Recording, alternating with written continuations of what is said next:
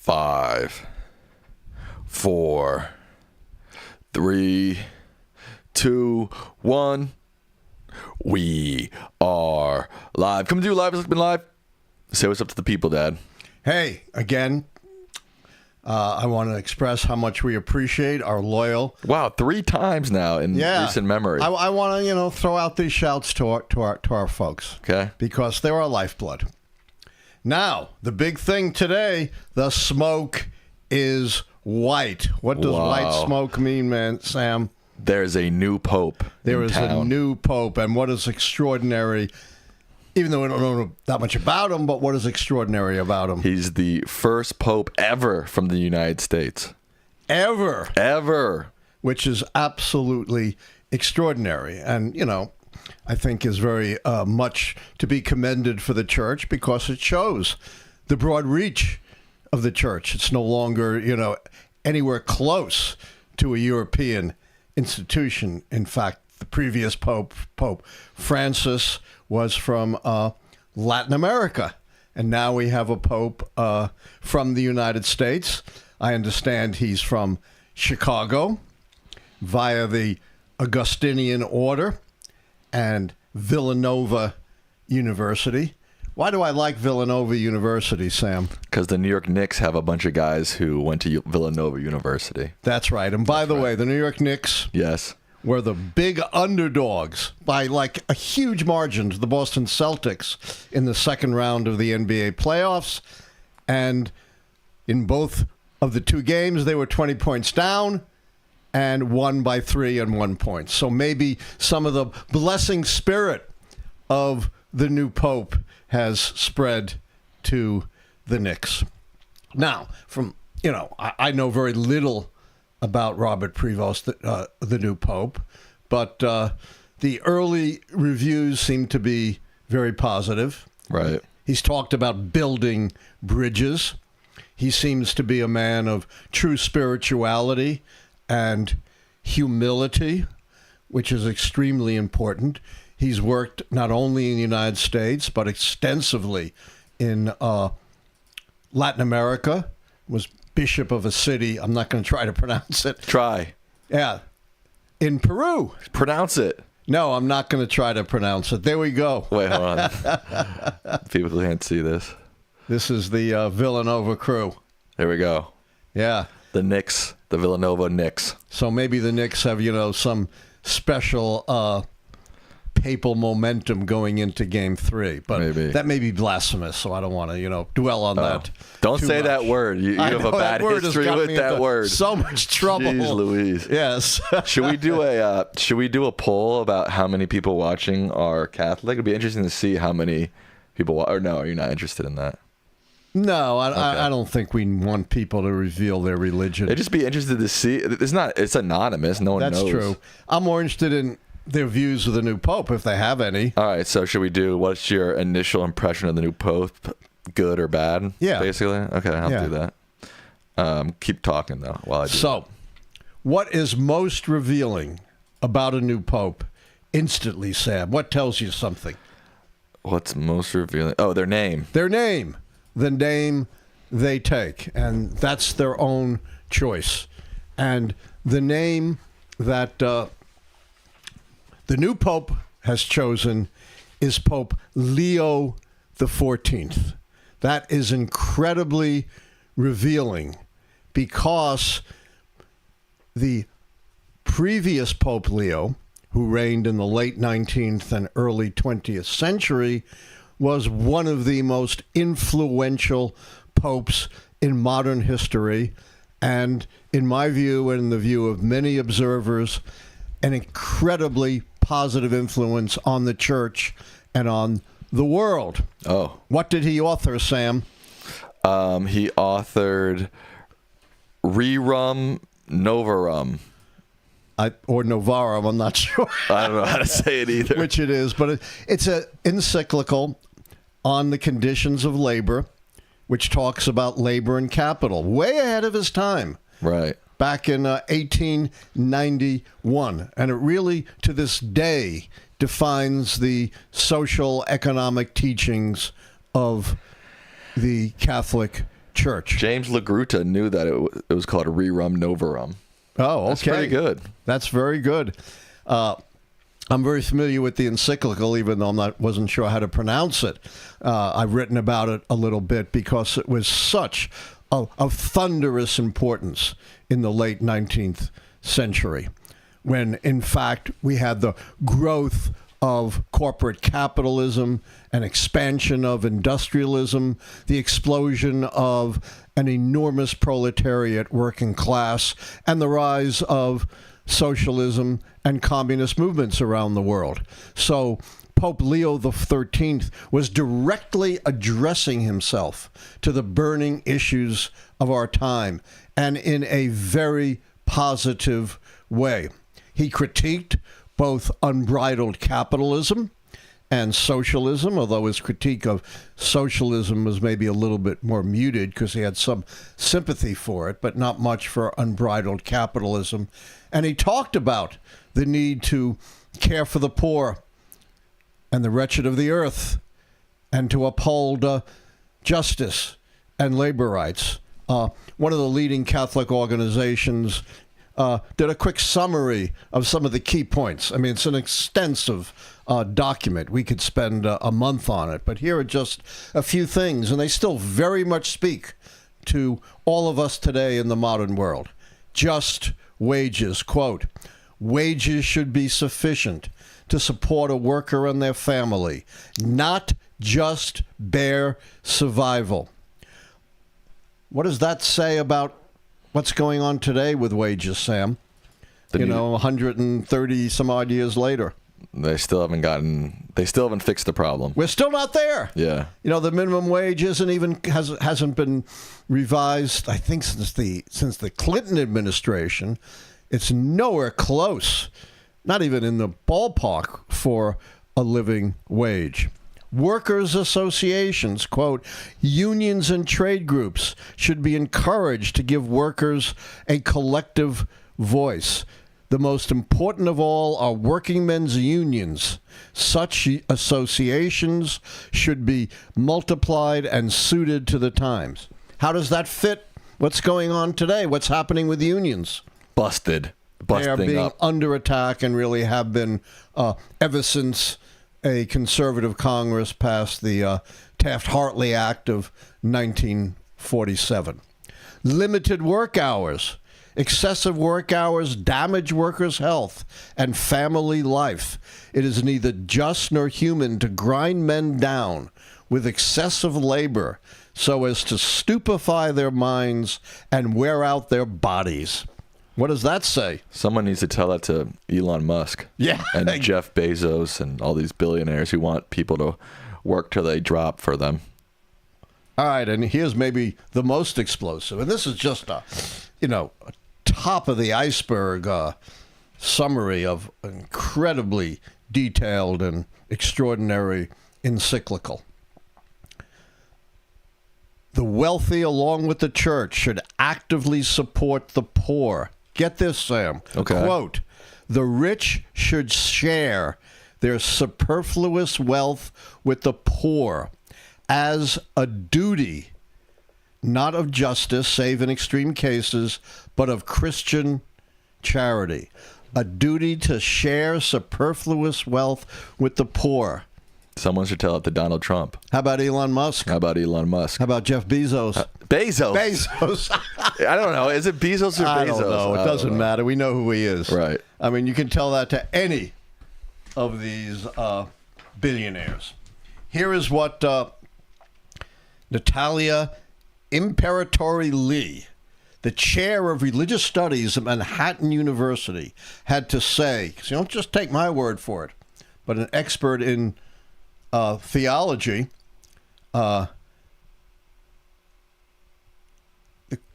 The name Pope Leo XIV really means to me he will continue the work of Leo XIII. Bezos? Sorry, I found the...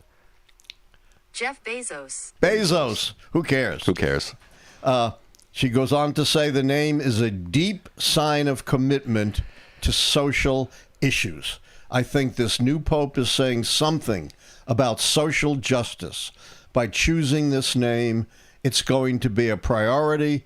He's continuing a lot of Francis's ministry. And, you know, in his first brief statement, he talked about building bridges. Right. That's not something, you know, a far out right-wing church ideologue would be talking about, or, you know, conservative ideologues in the U.S. or anywhere would be talking about. Of course, it remains to be seen how he addresses the burning issues of our time that, of course, affect a spiritual leader of 1.4 million persons, 1.4 billion persons around the world.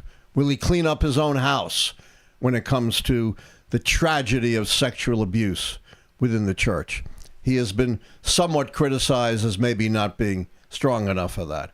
Will he, like Pope Francis, address the existential threat of climate change, which threatens our survival and well-being on the planet, and particularly particularly challenges the poor and the less affluent, who Leo XIII was so concerned about? Will he address the enormous, crushing inequality of income and wealth that marks societies today, sadly, all over the world? What will he do about the continuing, ongoing violations of human rights across the world and the continuing violence we see in Gaza, in Yemen, in Ukraine, and now, sadly, we have a brand new conflict, right, Sam? That's very dangerous.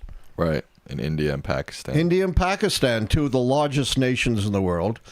India's number one. I think Pakistan is about number 5. They're both nuclear-armed nations.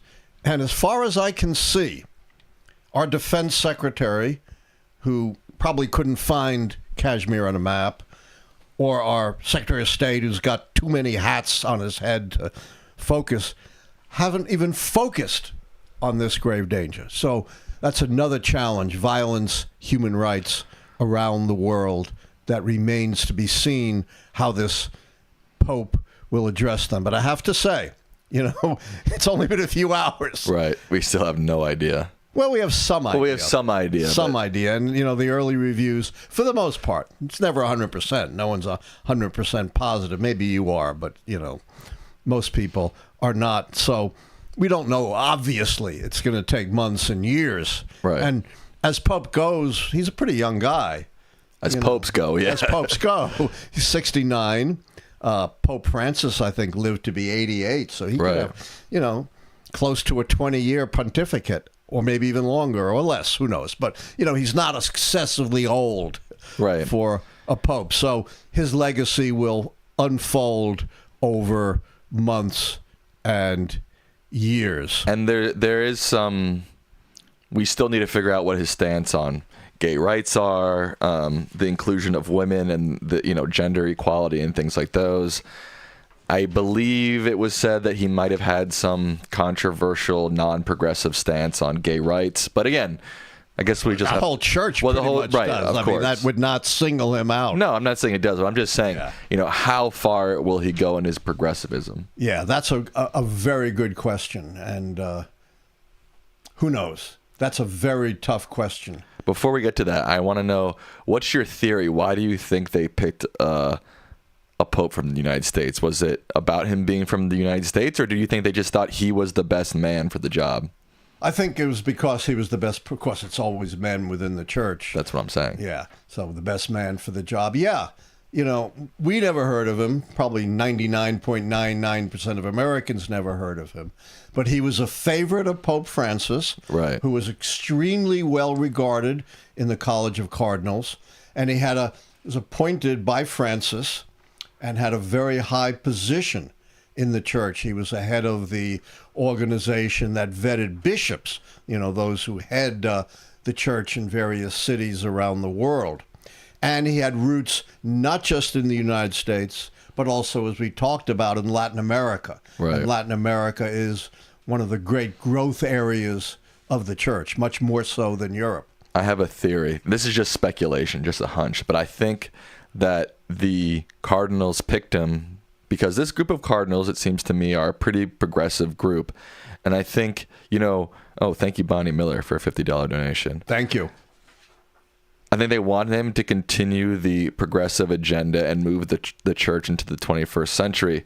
But, while Pope Francis was critical of Trump, he was never explicitly critical of Trump. Wasn't his style. Right. And I think they might have picked a American pope because an American pope will have more agency to be explicitly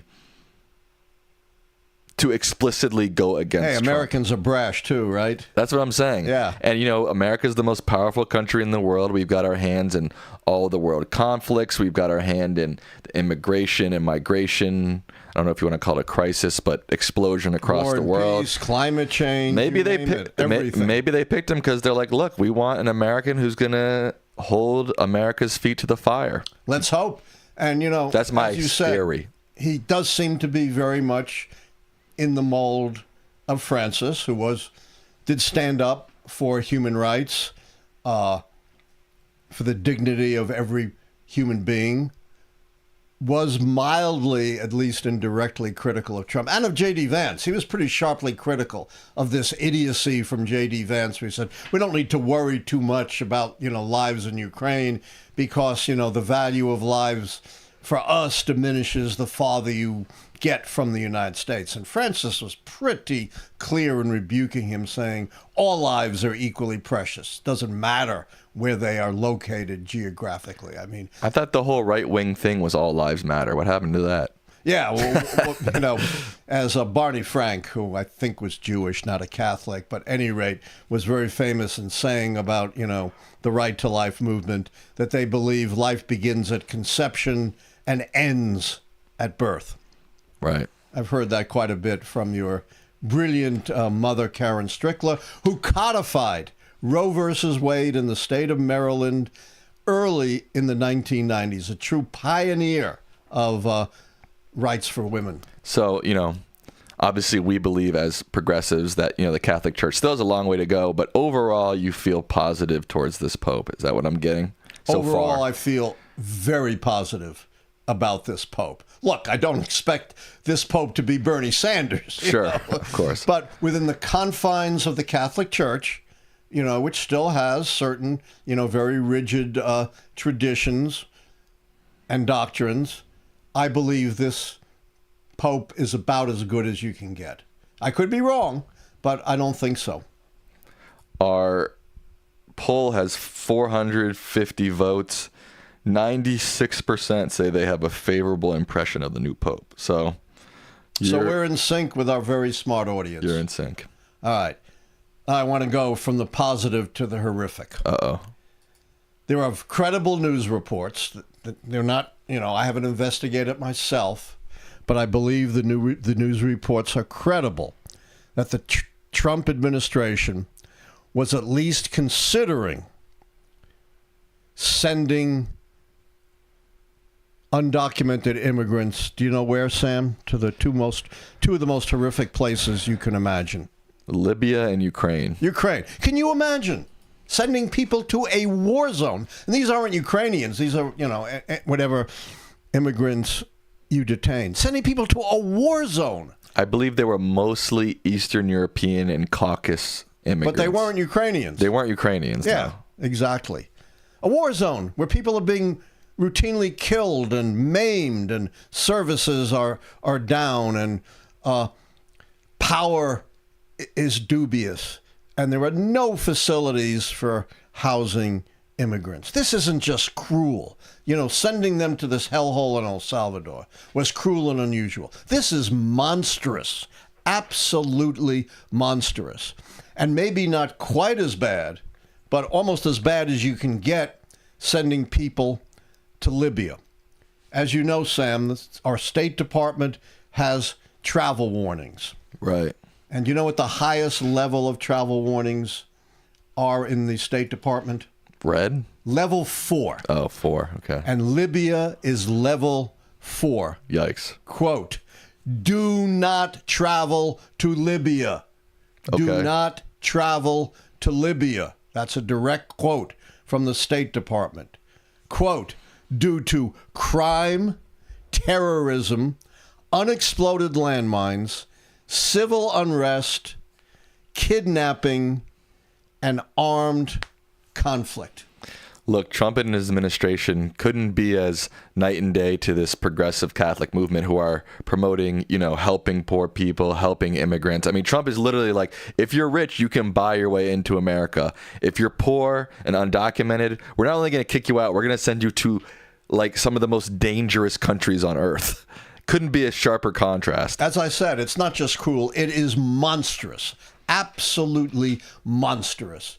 I've been around a long time, and I never in my wildest dreams could have imagined any president of any political party, of any ideological persuasion, resorting to this kind of monstrous policies. But, I do believe for this administration, in my opinion, they find some logic in this, because what they're trying to do is use the stick and the carrot to get undocumented immigrants to self-deportate. That's, their term. So they don't have to bother rounding them up and sending them anywhere. This is the stick. Hey, if you don't get out of here, you could wind up in Libya or Ukraine or God knows where, Sudan, Rwanda, anywhere.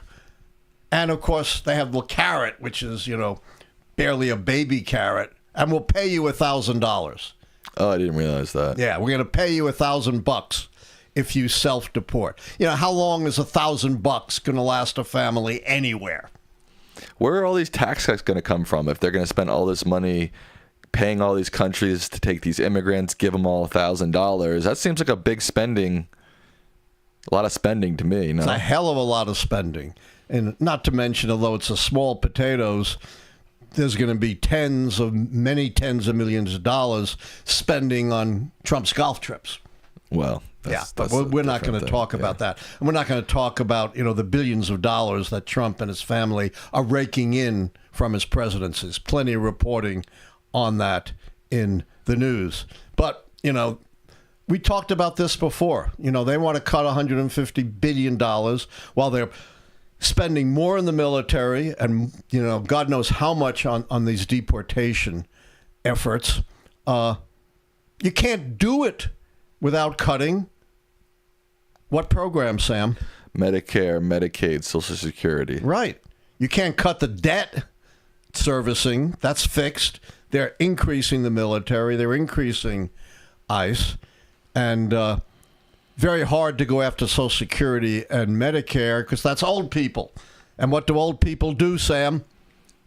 We vote. Right. The highest turnout group are old people. So who do you go after? I didn't know where you're going with that. What do old people do? I was like, my brain was like, I don't blame you, but we vote. Right. So go after the vulnerable. Go after the poor and the near poor, the many tens of millions of dollars that go to Medicaid from the government and that tens of millions of people are dependent upon. And we'll have no other source for medical care. No other source. People will die. They will be sick. They will be unable to treat their wounds and their accidents. It's, again, not just cruel, it is monstrous to contemplate this. To what end?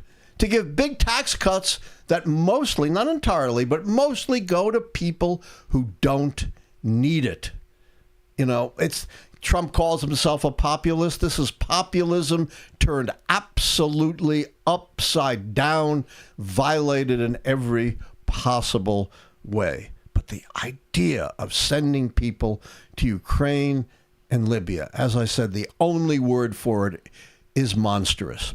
One other thing you told me happened today. What? In the U.S. Attorney's Office in D.C. Oh, another Fox News personality is getting more power in the Trump administration. Jeanine Pirro, the Fox News host, who's a previous judge. They kicked out the old guy, right? Who was horrific. Well, even the Republicans wouldn't support him. They support anyone. What was the position? It's like D.C. U.S. Attorney in D.C. Yeah. Very powerful position. And this guy was a horror show. As I said, even Republicans who would support RFK Jr. and Pete Hegseth and Linda McMahon couldn't support this guy. Right. They're so upset about DEI and all they do is appoint unqualified Fox News hosts to their positions of power. Yeah, they claim, it's going to be merit and merit only. Well, the only merit for a Trump appointment is to love Trump. Yes, I know. This all is so ludicrous. You don't know whether you want to laugh or cry. One final thing happened today. What? Which is kind of good, but not nearly as good as Trump has talked about. What? The so-called trade deal with the UK. That's a lot of It nothing. turns out to be a big dud. Yeah. Number one, we don't even know the details. Right. And the devil is always in the details, and you can't believe anything Trump says. Two, remember when Trump was talking to Carney, the Canadian PM, said, we don't really need you. You're only 4% of our exports. In fact, they're 17%, $350 billion. But somehow the UK is absolutely vital. And you know what their percentage is? It ain't 17. Much it ain't lower. 10. It ain't 5. It's 3. Yeah. 74 billion. And we have a trade surplus. Right. They're not ripping us off. This was the easiest deal they could have ever struck. The easiest deal, and basically it gives a photo op Right. to Trump and a photo op to the Prime Minister of the UK, but it is of minuscule importance when it comes to the trillions of dollars of trade flows back and forth that the U.S. is involved with. Right. All right. That's all that's on your mind? Pretty big day. Many more things on my mind, but we are approaching 9:30, right? The time. Oh, and by the way, Trump is suffering more and more setbacks in the courts. Oh, I didn't know there that. are so many, I can't even list them, but I do want to emphasize, and I may have mentioned this before, but it's worth restating, a Trump appointee in Texas said you can't just send people off without due process. Of course, Trump isn't aware that due process is part of our Constitution and isn't even aware that the oath of office that he took twice requires him to preserve, protect, and defend the Constitution of the United States. This is typical Trump. If you don't like something, say, I don't really know. Call my lawyers, call my accountants, call my consigliere, but don't bother me with silly questions like, should a president enforce the Constitution? He always says he knows more about these topics than anybody. He knows more about the economy than anybody. He knows more about tariffs than anybody. He knows more about the government than he knows more about the Constitution than anybody. Right. And then when you ask him, he says, talk to my lawyers. Or whoever. Exactly. Or whoever. Whoever. Right. But often it's talk to my lawyers, whoever they may be. As we know, the Justice Department is not Trump's lawyers. Right? They are the lawyers of the people. Like the president, their job is not to represent the president, but to uphold the Constitution and the laws of the United States. There is a White House counsel, and that is the president's lawyer. But there's no distinction under Trump. Right. Everybody that Trump appoints is solely 100% for Trump. Trump loyalist. A Trump loyalist and beholden to Trump, not to our laws, not to our Constitution, not to anything else. We can see the Justice engaged in all of these vendettas, investigating the head of cybersecurity who back 9 years ago in 2016 verified that the election was fair. They're wasting resources investigating this guy when, there are all of these serious things going on. One other point, I think this, I saw this in an Arizona newspaper. They called it the worst thing Trump did. And that's really saying something. I don't think that's true because... January 6th. Yeah. But this is pretty bad, at least, even though it's small, it's a microcosm. He pardoned a woman who set up a fund to establish a memorial to police officers, I'm not sure if it's one or more police officers slain in the line of duty. Pretty noble thing to do, right? Right. And do you think that's how she spent the money? No. No, she was convicted of stealing the money, using it, of all things, for cosmetic surgery, for rent, and for other personal expenses, gets convicted, and before she's even put in prison, Trump pardons her. In what universe was this person worthy of a presidential pardon? Except Trump loves the swindlers. He's pardoned a slew of swindlers, and actually costing the government a lot of money, because in many cases they were supposed to pay restitution for their grift and graft, but Trump pardoned them before they had to do so. It's just, even the little things just assault our conscience. All right. Is that it? No, but I think I'm ready for questions. Okay. I can't, heap all this praise on our audience without giving them ample time to ask questions. True. Before we get to that, some housekeeping. Yes, housekeeping. We've got almost 1,400 people watching, but we only got 500 likes. Guys, make sure you like this stream. It helps a lot. If you're not subscribed, please subscribe. Follow us on social media at our handles below. If you want your question in line for this guy, you got to donate or you got to become a member. It's how we keep afloat. All right. What's happening after? Anything happening The after? Lichtman Live post show. We don't usually say the post show in the housekeeping, though. Oh, okay. But hey, you said it. Can't hurt. And by the way, my last lecture in my series on pivotal elections is next Wednesday. You can still sign up, and you can still catch the previous 3 lectures on the archive if you're signed up. Cool. We got 670 plus votes. 96% have a favorable first impression of this Pope. I'll end the poll now. Well, as usual, we're in sync with our incredible audience. Right. Our first question is, with the first American Pope, can you tell us what influence, if any, the Pope has historically on U.S. politics? Pope has had enormous influence. Really? Oh, absolutely. Not directly. I mean, the Right. Pope does not endorse Right. candidates and parties. But go back to Leo The 13th? The 13th and his encyclical on labor and capital. That had a tremendous impact and influence upon social policy in the United States and around the world. Was an important influence in what's called the social gospel movement. Even though it was Protestant, it was still very much in sync with that encyclical. It had an influence on the progressive movement in the United States. And on the other hand, of course, some of the more conservative papal pronouncements on things like abortion, gay rights have helped empower the right wing. We've seen a very interesting development in America that almost no one has ever talked about. Throughout, at least until the middle to late 20th century, there was tremendous anti-Catholicism lodged in American Protestantism. In the 1940s, the most important evangelical organization was established, the National Association of Evangelicals. And it was designed to combat what it saw the 2 biggest evils. One was communism. You know what the other one was, Sam? Catholicism. Exactly.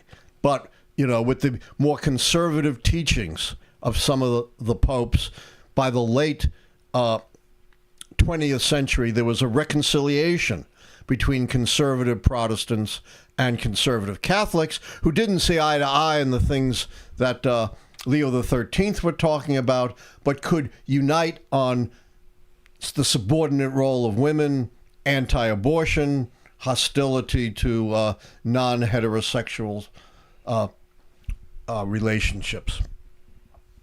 I was just looking at some data about Catholic voting in the U.S. It seems like it's pretty split. They're kind of 50-50 Democrat. Exactly. That's what happened. Because early on, say during the New Deal, Catholics were overwhelmingly Democratic. But then as you got this reconciliation with the conservative Protestant movement, you had a split between those Catholics who are more inclined to follow Leo XIII and those who are more inclined to follow the conservative cultural issues of the church. Right. As of 2019, 48% of Catholics are registered Republicans, 47 are registered There you Dems. go. There's the split. Yeah, and it's very split. It's very different among white and Hispanic Catholics, though. Yes. Hispanic Catholics are big blue voters. Although less so now. There Maybe was a less so big dent now, in yeah. 2024. True. Next question. This is from Cosmo Trilby. That's my job, man. Oh, sorry. They How much sa- are they paying you for that job? You don't pay me a dime. There you go. But you get lots from our audience, of course. Well, yes. They say, a big deal is being made of the fact that the new pope is an American. It seems to me that his history as a missionary in his time in Peru, as well as how he views, as well as how his views do and don't align with his predecessor. Sure, an American pope is unprecedented, but does it even matter at this point? I can't conceive what effect it might have on the papacy. I do think it matters. Obviously, it's not everything. And Trilby is absolutely right. The views are very important. And his history is not just within the United States, but very much tied to Latin America as well. But, as we talked about, an American pope is going to have, I believe, all this remains to be seen. We're speculating within a few hours of the white smoke. Is, likely to have an outsized influence, certainly on the United States and probably on the world, because of the importance of the United States, the richest, although that may be in doubt, but certainly up to this point, the richest, most powerful nation of the world, and at least up until this point, has been a great beacon for democracy and human rights around the world. So, of course, the views and the full background are of paramount importance, but it's not irrelevant that the new pope is an American. Thoughts on the idea of a 13 keys to determine future popes? What do you think would be keys in that system? I'm not even going to speculate. That seems too hard. It's yeah. not a democratic process. Right. What are there, 130 or so Voters, cardinals who yeah. dress in these crazy medieval outfits and get into the... You don't like their outfits? No, I love them. I Oh. do think they're a little strange, I have to say. Yeah, I mean, I love the wouldn't. outfits. I wouldn't wear them to go pick up, a Gatorade, but they're kind of cool. They're in their kind of own right. cool. Not sure how they fit in the modern world, but they're cool. I love them. But it's not a democratic process. It's only, as I say, 130 or so individuals. And it occurs very infrequently. It only occurs when the reigning pope passes away, whereas in elections, we have them regularly every 4 years. Right. Who knows when a pope will step down or pass Right. away? Who knows where we are in the world at that point? Right, and it's not a long period. There's a mourning period. Right. Then you get the conclave. This conclave was just a couple of days. I think it was 2 days. Yeah, 2 days, a couple Yeah. of days. So, you don't have any time to really develop it. You think they'll ever think about changing the color of the smoke? Like maybe hot pink if they picked a pope? You're dreaming. I'm dreaming. That'd be more interesting than white or black, what I Yeah, mean? yeah.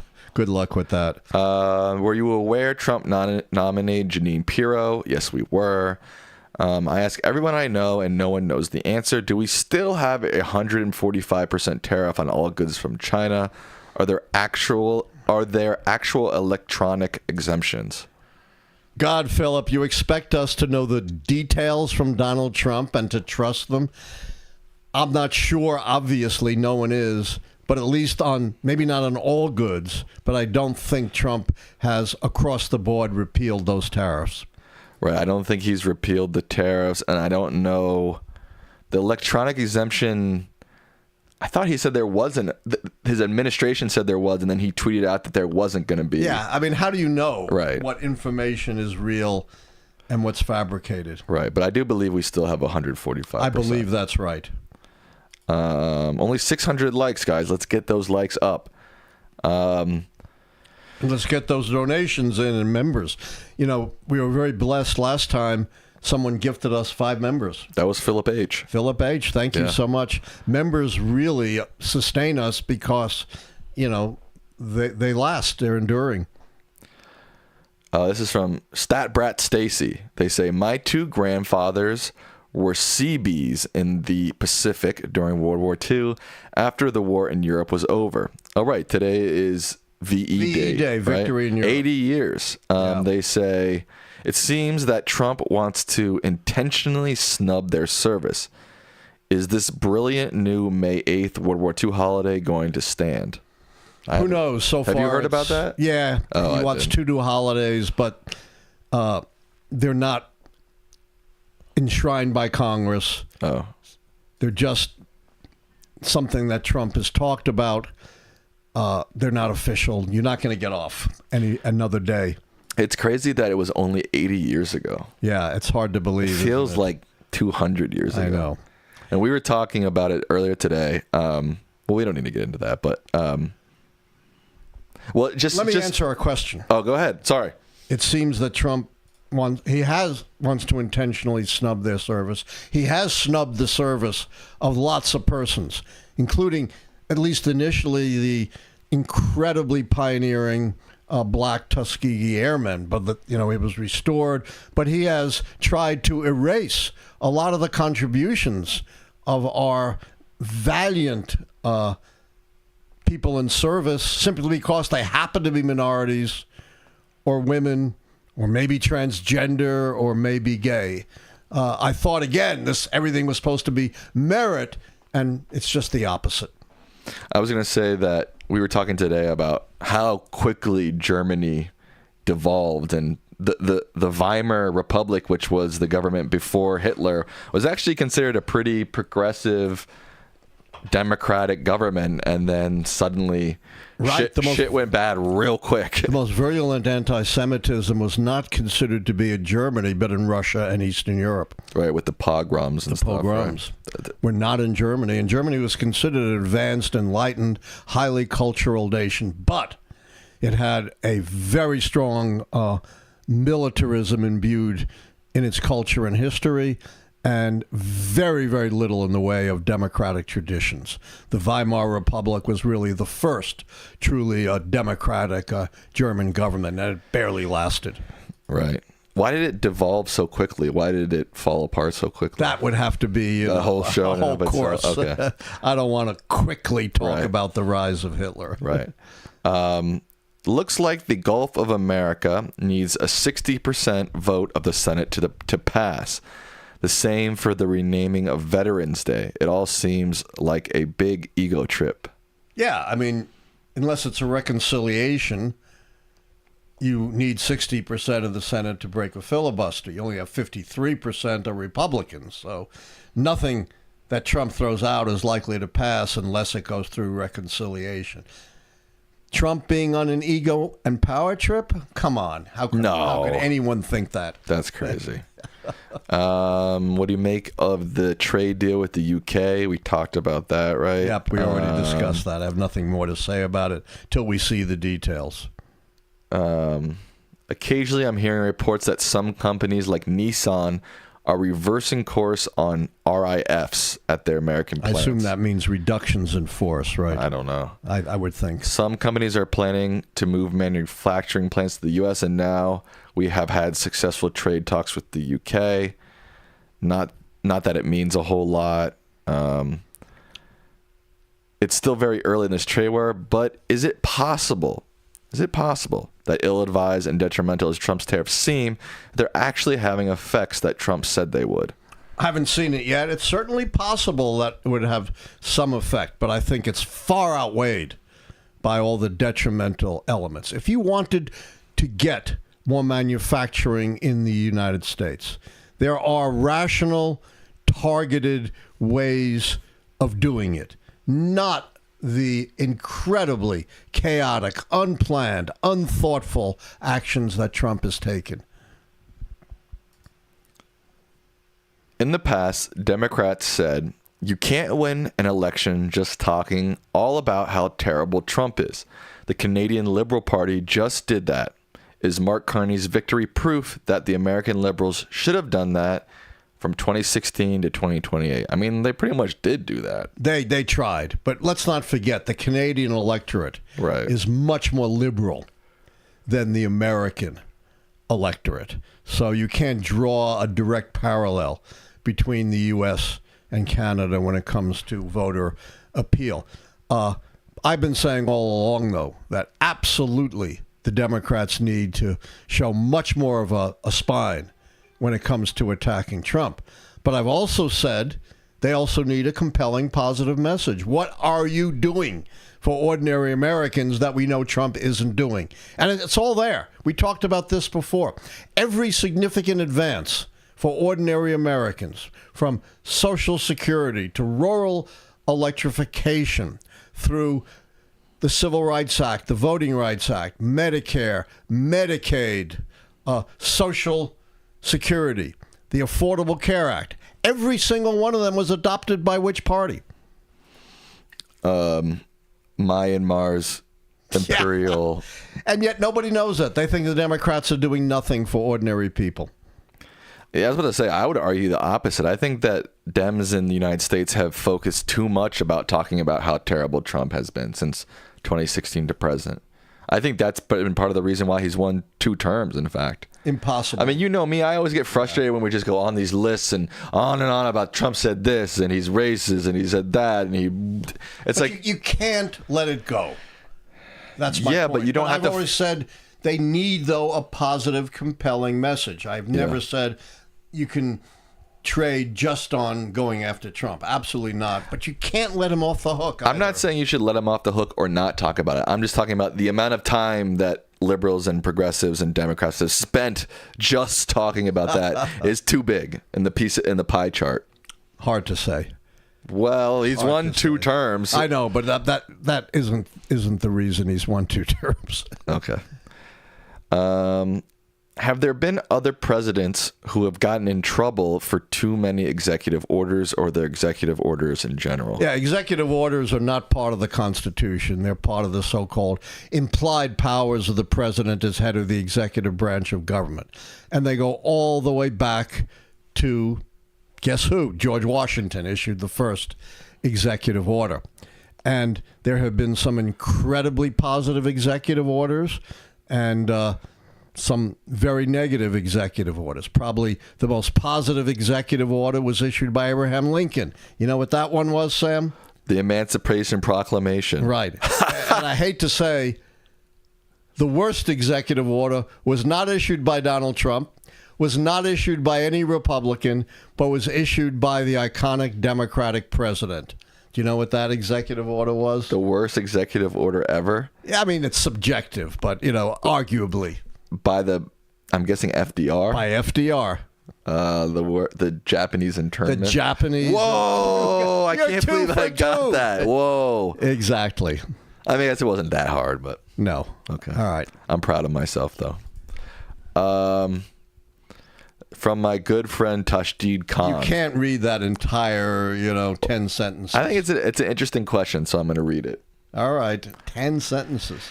We discussed this before, but can I get your thoughts on how American sentiment around imperialism and colonialism has evolved throughout history? You look at conflicts like India, Pakistan, Israel, Gaza, Ukraine, Russia, and there's this recurring dynamic, a push and pull between indigenous populations and entrenched military or political powers. I'm curious how that tension has shaped or been reflected in American public opinion and foreign policy over time, especially considering our own history with expansionism and intervention abroad. How have narratives around self-determination versus stability or strategic interests shifted in the American political psyche? So they want a whole You could write a whole book on that, yeah. Yes, I do have books that deal with that very topic. But let me say it's changed dramatically throughout American history. It's seesawed, right? Gone back and forth.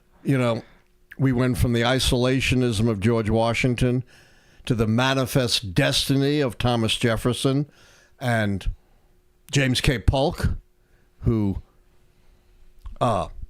through purchase and war, enormously expanded the reach of the United States across the continent. Very much at the expense of the indigenous people actually living there, who they didn't even consider in this manifest destiny. They were kind of irrelevant. And then we moved to the imperial period that Trump seems to love so much of William McKinley when we fought the Spanish-American War. On the one hand, maybe nobly to try to free the oppression of the Cuban people, but also acquiring territory in the Pacific and the Philippines, for which we fought a horrible, racist, bloody war in the late 19th and early 20th century to keep our hold on the Philippines. And then after World War II, we were part of this enormous wave of anti-colonialism that led to the loosening of empires all over the world and independence for the Philippines and statehood for Hawaii and certain status for Puerto Rico. And now we seem to be reverting back to imperialism and a lack of concern for people who weren't just like us. How's that for hundreds of years of history in 2 minutes? How did Pat Buchanan's views on American identity and culture influence the rise of populist politics in the 21st century? And is he as controversial as people say he is? Hey, I was very friendly with Pat Buchanan for a while he was active and I was active. Our views could not be more antithetical. He was very much an American, I would say, Christian nationalist, very much in the mold of Donald Trump, America First. He was very influential in the conservative movement. He challenged President George H.W. Bush for the Republican nomination in 1992 from his right, and actually won the New Hampshire primary, but kind of didn't know what to do after that, didn't have a real organization or funding, even though he was very charismatic to conservatives. And Bush went on to sweep the nomination. But Pat Buchanan was indeed a very important figure on the American right, particularly on the Christian right, foreshadowing a lot of what we see today in the conservative Christian evangelical movement. Good answer. Thanks. James, these questions are pressing me. They're very, very they're big tough questions. James LaGruta, who knew the answer about the Pope Leo the 13th. They say, all three of, I'm not sure how to say this name, Tyre Nichols. Oh, Tyre Nichols, the man from Memphis. All three of Tyre Nichols' killers have been found not guilty. What's also infuriating is how a Memphis trial could be held in Chattanooga, Tennessee, I'm assuming, which is on the complete other side of Tennessee and in a different time zone. Why is this even allowed, not to mention an all-white jury? I didn't really follow this. This was horrific beating of someone at a traffic stop. No, I remember that with the incident. I didn't follow it. It was filmed. It was horrific. It was, gratuitous. Yeah. There was no reason for what they did. There never should have been an all-white jury in this case. That harkens back to the old Jim Crow era. Of course, the guy killed was black. I think the officers, maybe all of them were black. I think all of them were black, yeah. Yeah. And look, I cannot second guess the jury process. I don't know any of the details of this trial, but I saw the film and it was horrific. Yeah, I remember watching it when it happened and thinking like, holy SHIT. Yeah, if this wasn't a crime, I don't know what would be. Well, apparently it wasn't. Hard to say, right? Philip H. is throwing you another trivia question. The first president to be on national television, I think Dwight Eisenhower. Okay, we'll see what Philip says. Philip? Well, there's a little bit of a delay. Yeah. Now, this is a long question. This next one. That's too long. That's like 20 lines. What am I supposed to do? It's about workers' rights. Just yeah. Civil rights legislation. Yeah, I get it. Look, well, the people don't know what it is. He's asked about workers' rights and civil rights legislation in the U.S. as compared to many international social democracies. Okay. And that's really true.